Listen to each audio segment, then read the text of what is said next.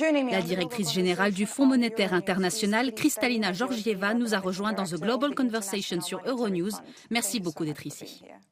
Merci de m'avoir invité.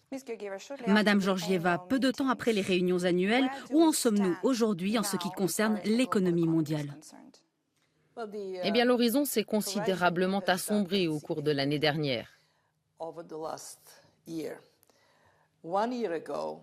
Il y a un an, nous nous remettions du Covid-19 et nous avions terminé avec une croissance mondiale de plus de 6%. Et puis, il y a eu ces deux chocs.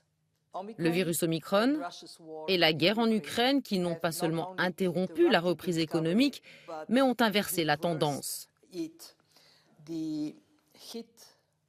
La pression sur les économies européennes est telle que nous prévoyons que la moitié des pays de la zone euro connaîtront au moins 2 trimestres de croissance négative. En d'autres termes, une récession. Pour vous donner une idée de l'importance de l'impact sur l'Europe, nos projections avant la pandémie et nos projections actuelles diffèrent d'1 demi-billion d'euros. Autrement dit, la perte pour le peuple européen est assez dramatique par rapport au reste du monde.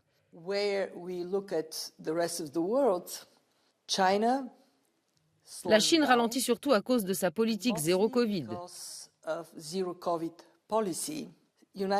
Les termes de l'échange n'impactent pas les États-Unis de la même façon que l'Europe, qui, en comparaison, se trouve dans une position plus difficile.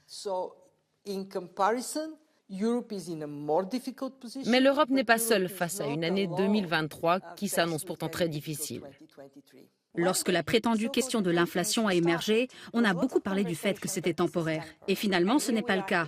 Donc nous nous posons toujours la question, à quel point cette croissance négative est-elle temporaire ? Pourquoi avons-nous dit que c'était temporaire? Parce qu'aucun d'entre nous ne pouvait prédire la guerre menée par la Russie. Quand elle a éclaté, les conditions ont radicalement changé et cela a fait pression sur l'énergie. L'inflation des prix alimentaires est encore assez dramatique, assez significative. Quand nous regardons vers l'avenir, je ne vais pas l'édulcorer, 2023 pourrait être plus difficile que 2022. L'hiver prochain pour l'Europe pourrait être encore plus dur que cet hiver. Pourquoi? Parce que les responsables politiques européens ont agi très rapidement pour remplir leurs stocks de gaz. Mais si la situation perdure, la Russie ne fournissant pas de gaz à l'Europe, comment ces stocks de gaz seront-ils assurés l'année prochaine?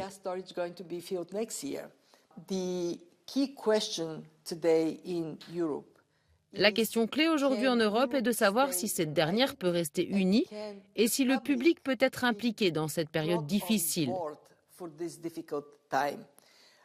Et j'appelle tout un chacun à participer aux mesures d'économie d'énergie. Nous pouvons tous faire notre part cet hiver.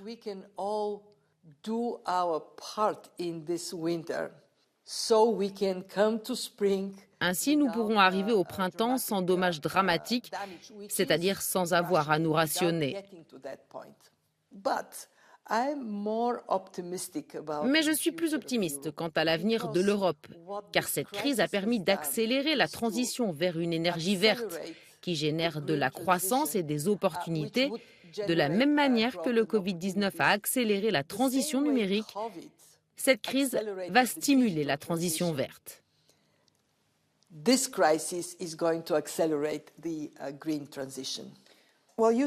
Vous avez dit que nous devions soutenir le passage en cours de l'Ukraine d'une phase d'urgence de gestion économique à une phase de reprise. Mais quelles sont les étapes clés que vous avez constatées dans les mesures mises en œuvre par Kiev en collaboration avec le FMI qui ont contribué à maintenir le cap? Car aujourd'hui, nous parlons de l'économie d'un pays qui est toujours en guerre. Tout d'abord, l'admiration pour le gouvernement et le peuple de l'Ukraine. L'unité dont ils font preuve est une unité que nous chérissons au sein de l'Union européenne. Et c'est pourquoi l'Ukraine est maintenant sur la voie de l'adhésion à l'UE. La qualité du gouvernement ukrainien est très impressionnante. Je ne peux qu'admirer et louer la discipline dont il fait preuve et la clarté de ses objectifs.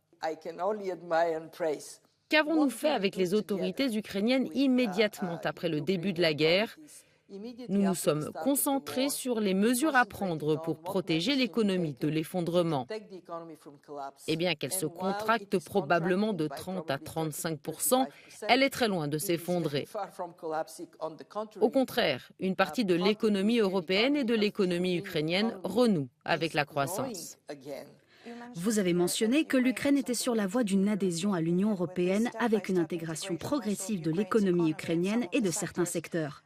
Pensez-vous que ce processus d'intégration s'accélère actuellement davantage qu'il n'aurait pu le faire? Bien sûr, l'Ukraine fait face à une guerre terrible, une tragédie. Mais elle a rendu la nation ukrainienne plus forte et le pays beaucoup plus déterminé à prendre les mesures nécessaires pour son propre peuple et pour l'entrée dans l'Union européenne. Je pense notamment à l'attention portée aux Ukrainiens, au maintien du moral de la population ukrainienne, à la fourniture de pensions et de services sociaux. Je vous livre une petite anecdote. J'ai de la famille à Kharkiv. Au mois de mai, traditionnellement, on plante des fleurs et des arbres. Et cela a été fait pendant la guerre, alors que les bombardements se poursuivaient dans la région.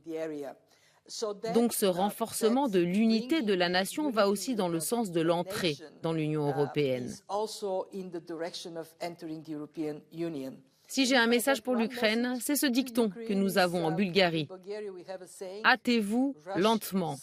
Faites ce qui doit être fait, mais soyez prudents, soyez attentifs pour que ce soit bien fait, afin que ce ne soit pas à refaire dans le futur.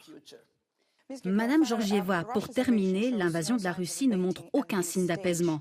Nous avons discuté de l'avenir de l'économie ukrainienne, mais qu'en est-il de l'avenir de l'économie russe? L'économie russe s'est contractée cette année et elle se contractera l'année prochaine. Les conséquences pour la Russie vont être plus graves à moyen et long terme. L'exode des Russes en raison de la guerre et en particulier des Russes hautement qualifiés nuit à la Russie. Le pays perd son rôle dans l'économie mondiale. La transition accélérée vers les alternatives au pétrole et au gaz va rétrécir un marché pour la Russie. Et au fil du temps, l'industrie sur laquelle elle s'appuie fortement va ébrécher son rôle.